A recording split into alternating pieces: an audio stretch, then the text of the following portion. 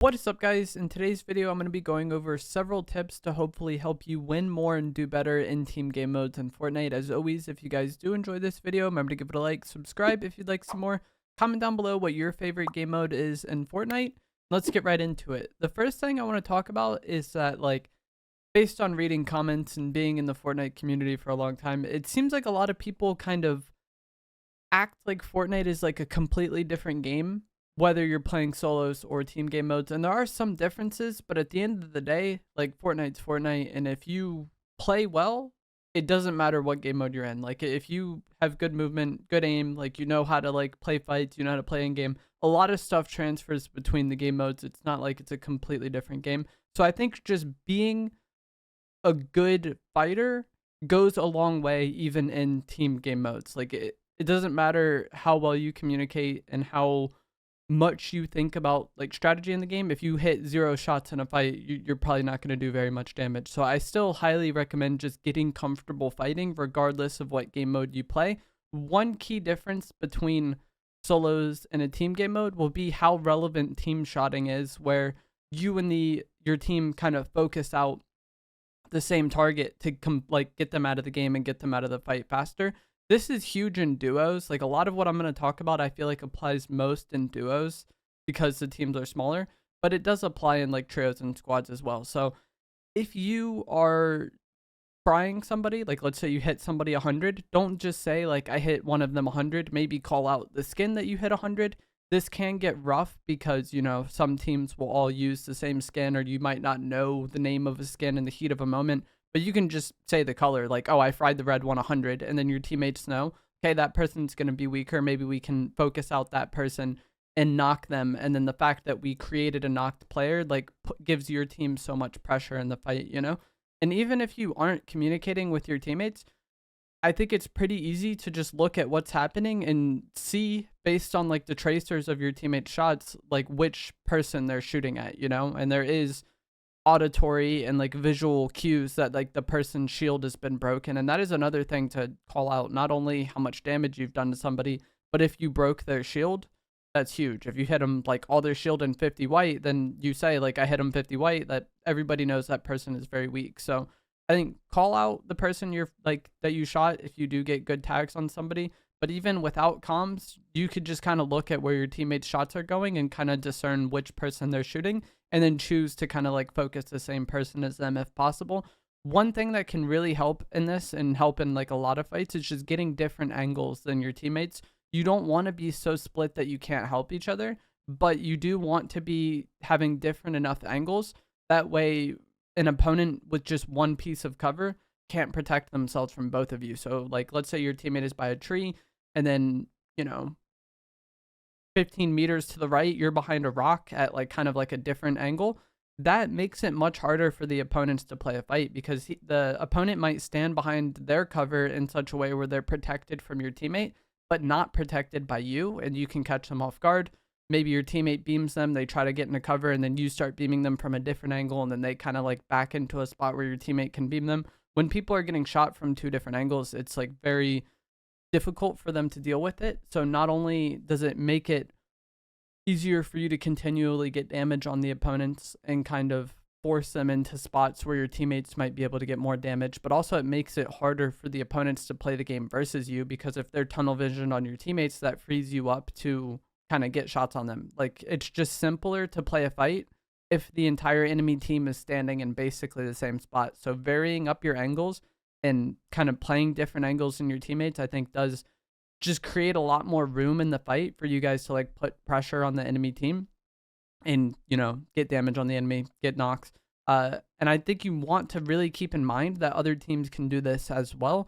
So if you see one player in a spot, don't just assume that both the people are playing the same cover. If like it's duos, for example, they might be, but just kind of keep in mind not to tunnel vision just on one spot too much, and kind of make yourself more exposed to other angles, because even if enemies are playing the same spot, there's always the potential for third parties.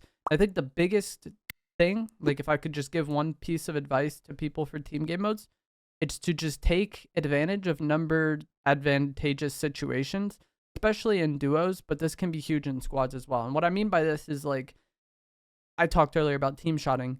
if you're fighting a Black Knight and a Renegade Raider, and you knock the Black Knight, then you know that that Renegade Raider is alone and that you can maybe like hop on that player and 2v1 them, right? The same is true like just at any moment in the game. Even if you don't have a knock yet, if one player shockwaves away and the other player is still near you and your teammate, that might be a time where you and your teammate can hop on that and get that kill. I'll have a clip on screen now. This is from a creative game, but it's still kind of the same point. One player was playing a tower, and then the other player is kind of to our right on these buildings, and my teammate said, like, this one on these buildings is alone. We just kind of hop on him. We get that kill quickly, and then it kind of forces the teammate into a situation where not only do they have to play a 2v1 now, but they might also feel inclined to push to try to save their teammate. Things of that nature. Just as often as you're fighting 2v1s, the better in duos. And again, this goes for every game mode, whether it's trios, squads, whatever. Once you get a knock and you have a numbers advantage, or if some sort of timing creates a numbers advantage in the fight, like people mess up their mobility, maybe one gets in the car and one doesn't, you already got damage on one and then they shockwave away and leave the other one alone. There's a lot of times where like you can get these numbers advantages, and just quickly and decisively taking advantage of them, I think, is like the key to winning in these game modes, and like the key to having good fights. Because when you knock somebody or they're not involved in a fight, not only does it make it much easier for you and your team to like team shot somebody because it's the only target left or it's one of the few targets left, but the enemy team's firepower is also at a lower point. You know, if you're fighting two people, they can put out more damage than if you're fighting one person. So like that, I think, is pretty much everything in team game modes. You want to get beams if you're fighting a mid-range fight, get damage or get a snipe on somebody, and then, you know, take advantage of the fact that you knocked that person. The other teammate now has to play the fight at a numbers disadvantage. They might go for the res. They might have their teammate in their ear like telling them what to do. You know, just the moment you can get a significant amount of damage on one player and potentially get them out of the game and then focus their teammate, or maybe you hit someone 180, you decide to shockwave on that, you focus that player that you have weak as soon as you get there, and then now it's like a 2v1 because you can quickly knock that first player. So like I think just, again, getting a numbers advantage and then taking advantage of that, or just taking advantage of any numbers advantage that you can find, whether or not it's from a knock or not, is just huge in these team game modes. And the more you do that, the more success you're going to have, I think.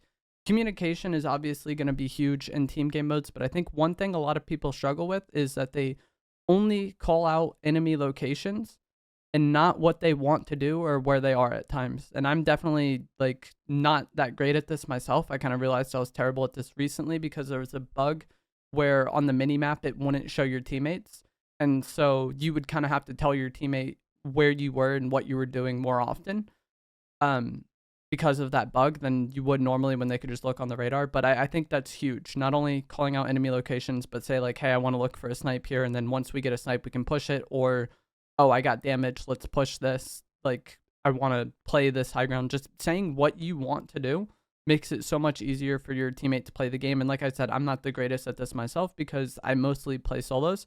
And when I have played team game modes in the past, I usually just kind of play off my teammate as much as possible just to make things easier.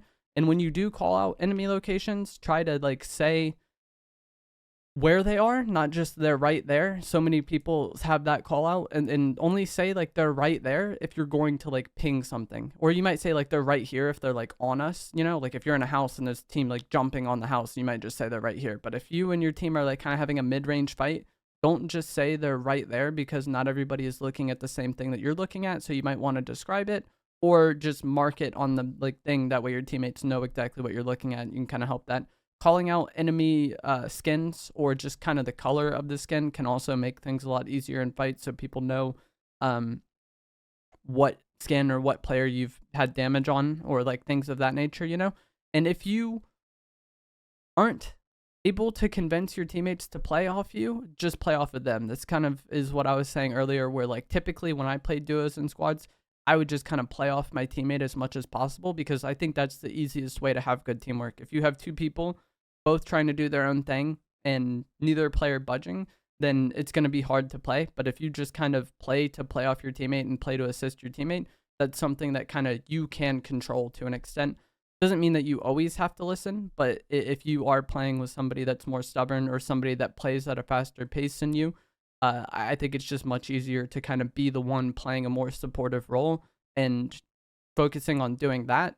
That way you just have good teamwork. And that's just in general. There's always the memes of like people going off on their own and doing their own thing. But yeah, if you want to do well and win, try to play more as a team and play with your team as much as possible. And things are going to be a lot easier. And I think it's simple, but a lot of people struggle with it. And you'll see it based on the comments where people talk about like, oh, my teammates always go off on their own and just die. And it's like, sure, that person did go off on their own, but like, why didn't you go with them? You know, like it goes both ways. Like somebody has to like kind of give up and listen. And I think that'll just make things a lot easier. Ideally, you could kind of listen to your teammate and call your own things and y'all both kind of listen to each other well, but that isn't going to always be the most ideal thing, or it's not always going to happen. One very surprising thing to me, based on like reading comments on my videos, is that a lot of people do not share loot with their teammates. I've kind of posted the ranked duos gameplay with Kaviner, and people would be like, wow, y'all are sharing the medallion, or like you had shockwaves and you only had 2 and then you dropped him 1, that way you guys would both have 1. And so like, yeah, sharing loot with your teammates makes things a lot easier. Who would have thought? If there's a limited amount of shockwaves, I do think both players having 1, that way you can at least make a play together, is a lot more ideal than one player having 2 and one player having no mobility at all. Obviously, there is the airbender in the game right now, so that changes things up. One player might want to use that instead of shockwaves. But just in general, share loot with your teammates, share heals with your teammates. The dash medallion, you can kind of drop for your teammate and then have them get dashes, and then they can drop it back to you. And the more often that both of you have dashes in the fight, the easier it is for y'all to like play a fight together. You know, if one player has dashes and one doesn't, it's going to be harder for you guys to play the fight at the same pace. And I think that is just, regardless of everything in Fortnite, just like as far as like Fortnite balance goes, just being on the same page as your teammate and doing things together and doing things at a similar pace is probably going to lead to success. Just more so than anything else, I think. So like, I think it is very simple, and I think a lot of people overthink things, in part because they don't want to listen. They just want to tell their teammates what to do. But I think if you kind of give up your ego and listen, or, you know, both listen to each other simultaneously, things are a lot easier. And the final thing I'm going to say is that practicing in creative can be huge with this. I'll have some gameplay on screen now of 2v2 realistics, and the code for the map will be in the description down below. Playing these, you can get a lot of experience fighting with your teammates, especially in kind of like stalemate situations, because both teams will have porta bunkers to play off, and you kind of have to play from a neutral or a stalemate situation. And I think those are the hardest fights a lot of people have, is when like nothing is going on in the fight, and they kind of are just looking for tags on the other team and then push. You can practice that a lot in these game modes, and you'll get a lot more experience fighting with your teammate faster. And I think it just makes it easier to be on the same page, because you can run 10 different 2v2s in like 5 to 10 minutes, if that, maybe a little more, maybe a little less. And you just get so much more experience fighting and playing off your teammate and kind of seeing what works for y'all, practicing playing different angles, practicing kind of taking advantage of those numbers situations, practicing kind of calling out and communicating and stuff. So I do think, even as far as just like improving teamwork and improving chemistry with your teammates, playing these creative maps can help a lot, and it's not very time consuming. Like you can run one of these like realistic matches before y'all play for the day. Maybe you play duos, you play it with your duo. If you're playing squads, you know, your entire squad can load into this and kind of play 2v2. Get a lot of experience and a lot of practice much faster, and I think that's going to make you better, because you'll get in these situations and kind of practice everything I talked about in this video, just much faster and much more efficiently. But that is going to be it for this video. Hope you guys found this helpful, informative, interesting. As always, if you did, remember to give it a like, subscribe if you'd like to see more, and comment down below letting me know which game mode in Fortnite is your favorite to play.